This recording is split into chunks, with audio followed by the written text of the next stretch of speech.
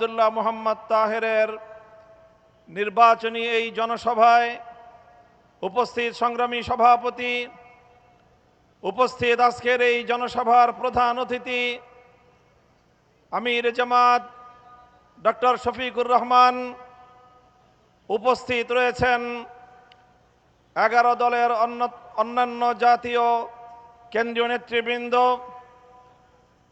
সংগ্রামী এলাকাবাসী।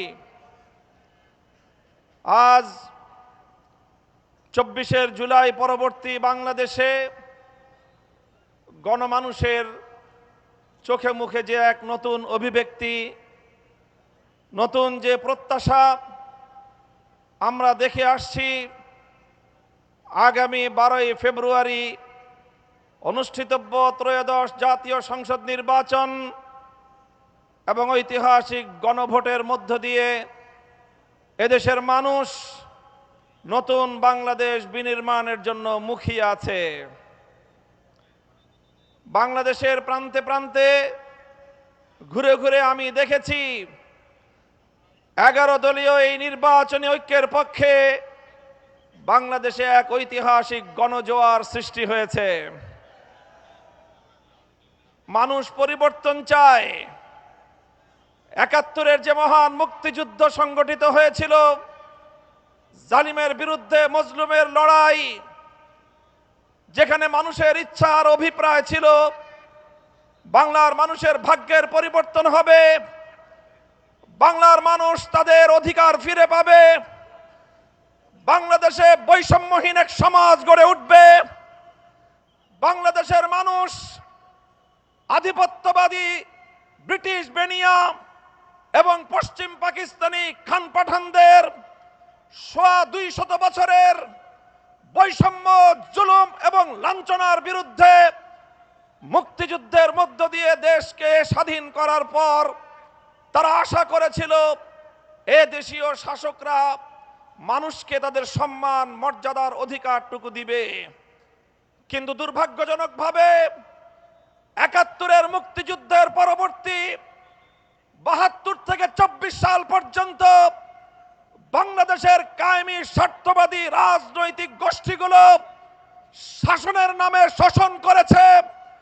মানুষের উপর তারা তাদের জমিদারি প্রভাব বিস্তার করার চেষ্টা করেছে। তারা বাংলার মানুষের অধিকার খর্ব করে, ক্ষুণ্ণ করে বাংলাদেশে গুন্ডামি আর সন্ত্রাসের রাজনীতি বাস্তবায়ন করেছে। তাই বাংলার মানুষ আবার 2024 সালে জেগে উঠল। 24 সালে জেগে উঠল প্রতিটি শিক্ষাঙ্গন থেকে ছাত্র জনতা। স্কুল থেকে আমার ছেলেরা বেরিয়ে আসলো, কলেজ থেকে আমার সন্তানরা বেরিয়ে আসলো, বিশ্ববিদ্যালয়গুলো থেকে আমাদের ছেলেমেয়েরা বের হয়ে আসলো। আলিয়া মাদ্রাসা, কওমি মাদ্রাসা, সব ভেদাভেদ ভুলে গিয়ে রাজপথে তারা জড়ো হলো। আমার তরুণ ছাত্র জনতা তিতুমিরের লাঠিয়াল হয়ে বাংলার রাজপথে আবার তারা জমিদারি প্রথার বিরুদ্ধে, রাজাগিরি, বাবুগিরির বিরুদ্ধে তারা বিদ্রোহ ঘোষণা করলো।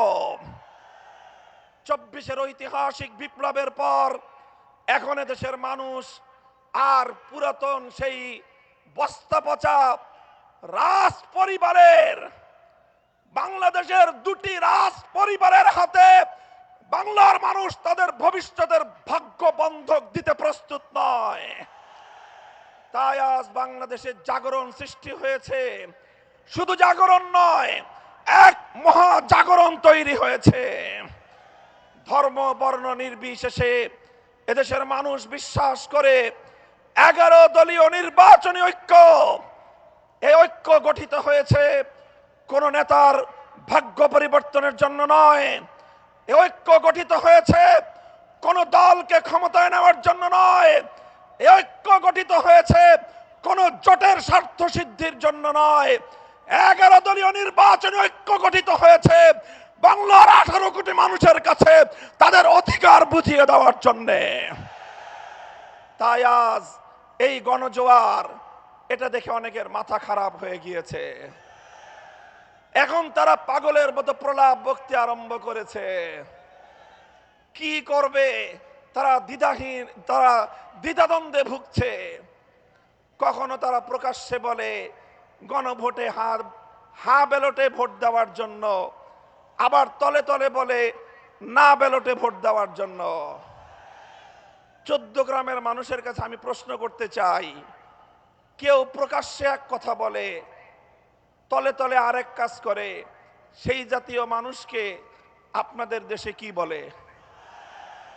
জোরে বলেন, কি বলে? 24-এর বিপ্লব পরবর্তী বাংলার মাটিতে দাঁড়িয়ে বলতে চাই, আর কোন মুনাফিক গোষ্ঠী বাংলাদেশ শাসন করতে পারবে না। বাংলার মানুষ সেটা মেনে নেবে না। এরপরে শুরু করলো আরেক ভয়ঙ্কর সন্ত্রাসী কার্যকলাপ।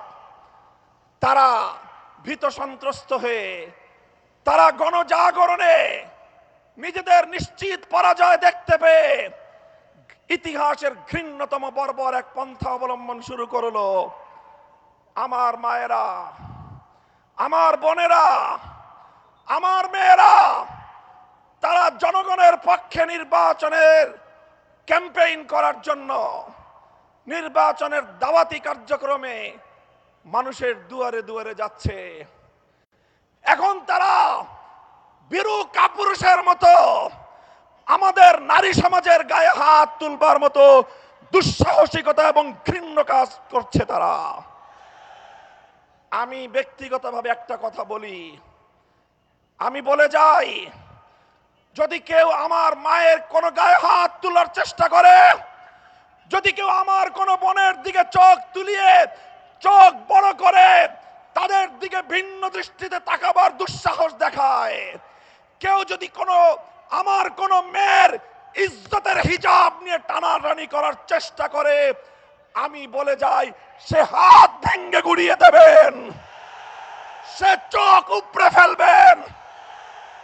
মায়ের ইজ্জত রক্ষা করার জন্যে, বোনের ইজ্জত রক্ষা করার জন্যে আমি বলি, আমি কোনো আইন মানব না, আমি বিদ্রোহ করব। গোটা বাংলাদেশে আগুন জ্বলবে, আগুন।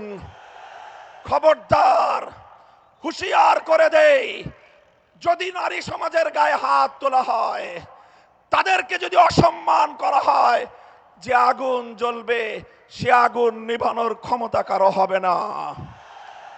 আপনারা নির্বিঘ্নে নির্বাচনী প্রচারণার কার্যক্রম পরিচালনা করবেন ইনশাআল্লাহ। 14 গ্রাম থেকে আমাদের জাতীয় নেতা ডক্টর সৈয়দ আব্দুল্লাহ মোহাম্মদ তাহের সাহেব বিপুল ভোটে দাঁড়িপাল্লায় বিজয়ী হবে।